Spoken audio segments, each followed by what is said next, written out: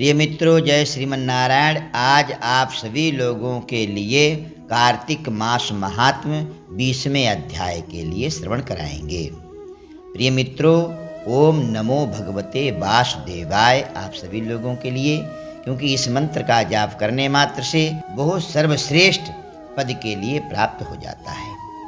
इस अध्याय में आप सभी लोग श्रवण करेंगे कि कलहा आधे पुण्य के प्रभाव से ही वैकुंठ धाम के लिए चली गई, प्रेत योनि से छूट गई।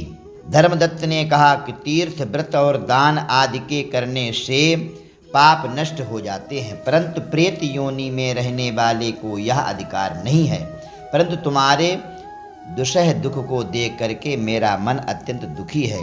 इस दुख से तुम्हारा उद्धार किए बिना मुझे संतोष नहीं होगा। तुम्हारा पाप बड़ा भारी है, क्योंकि ये तीनों योनियां अत्यंत पाप से ही प्राप्त होती हैं। निंदित योनियां थोड़े पुण्य से समाप्त नहीं हो सकती। इस कारण मैं वरदान देता हूँ, जो आज तक मैंने कार्तिक व्रत किया है उसके आधे पुण्य से तुम्हारी शुभगति हो जाए, क्योंकि यज्ञ दान तीर्थ से या सब निश्चय ही कार्तिक व्रत श्रेष्ठ है। नारद जी ने कहा, धर्मदत्त यह कह करके उसको ओम नमो भगवते वासुदेवाय यह द्वादशाक्षर मंत्र सुनाता हुआ तुलसी के जल से अभिषेक कर ही रहा था कि इतने में वो प्रेत योनि से छूट करके प्रज्वलित अग्निशिखा के समान दिव्य रूप धारण करके लक्ष्मी के समान सुंदर हो गई। तब वो धर्मदत्त को प्रणाम करती हुई प्रसन्नता से गदगद बोली। कलहा ने कहा, हे द्विजश्रेष्ठ, आपके आशीर्वाद से मैं इस घोर नरक से छूट गई और पाप सागर में डूबती हुई मेरे लिए आप नौका के समान हैं। नारद जी ने कहा, हे विप्र, वह इस प्रकार कह ही रही थी, उसी समय उसने विष्णु गणों के सहित आकाश मंडल से अपनी ओर आता हुआ एक देदीप्यमान विमान देखा। फिर उसने उस विमान के द्वार पर बैठे हुए पुण्यशील, सुशील और अप्सरा गणों को देखा।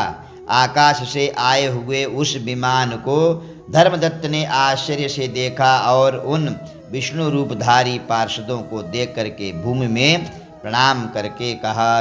पुण्यशील सुशील नामक गणों ने उस भक्त ब्राह्मण को अपने हाथों से उठा करके और उसका अभिनंदन करते हुए धर्म संयुक्त वाक्य कहा।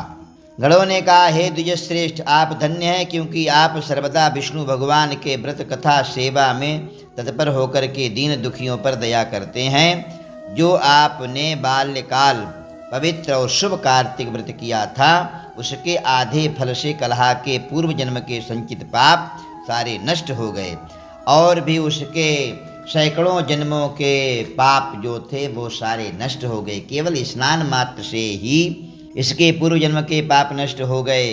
हरि जागरण इत्यादि करने के पुण्य प्रभाव से यह आकाश मंडल से विमान आया है। हे साधु, हम लोग इसे अनेक भांति के भोगों से युक्त वैकुंठ में ले जाते हैं। आपके दिए हुए दीपदान के पुण्य से यह अतिशय तेजस्विनी हुई, और तुलसी पूजन तथा कार्तिक व्रत के प्रभाव से हे दया सागर यह विष्णु भगवान के निकट रहेगी। तुम भी इस जन्म के अनंतर दोनों स्त्रियों के साथ वैकुंठ में भगवान नारायण के समीप सायुज्य मुक्ति को प्राप्त करोगे। हे धर्मदत्त, कुछ दिनों के बाद में जिन प्राणियों ने तुम्हारे सदृश विष्णु भगवान की आराधना भक्ति पूर्वक की है, क्योंकि विधि पूर्वक आराधित भगवान विष्णु प्राणियों को क्या नहीं दे सकते हैं, सब कुछ दे सकते हैं। जिन्होंने प्राचीन काल में उत्तानपाद के बेटे को ध्रुव स्थान में पहुंचाया, जिसके स्मरण मात्र से प्राणियों की सदगति हो जाती है। प्राचीन काल में जिस विष्णु भगवान के नाम स्मरण से ही ग्राह से पकड़ा हुआ हाथी हस्ती योनि से मुक्त होकर के जय नाम से उसका पार्षद भगवान नारायण का पार्षद बना, तुमने उसी विष्णु भगवान की सेवा की है। इसी से दोनों स्त्रियों के साथ में 1000 वर्ष पर्यंत विष्णु भगवान के समीप निवास करोगे, और फिर उसके बाद में तुम सूर्यवंशी राजा बनोगे। दोनों स्त्रियों के साथ तुम दशरथ नाम से प्रसिद्ध राजा होगे, तथा यह स्त्री तुम्हारे आधे पुण्य की भागीदार होने से तुम्हारी तीसरी भार्या होगी। कौशल्या, सुमित्रा और केकई के रूप में यह तीनों पत्नियां आपको प्राप्त होंगी। भूमंडल में भी विष्णु भगवान अपने को तुम्हारे पुत्र रूप में बना करके तुम्हारे सन्निकट रहेंगे और देवताओं का कार्य करेंगे।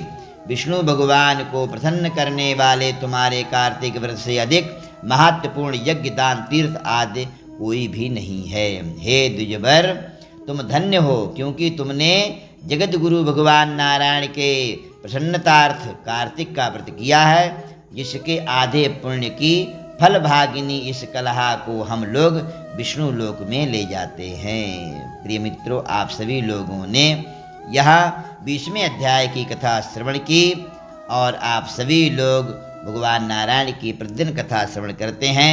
जय नारायण।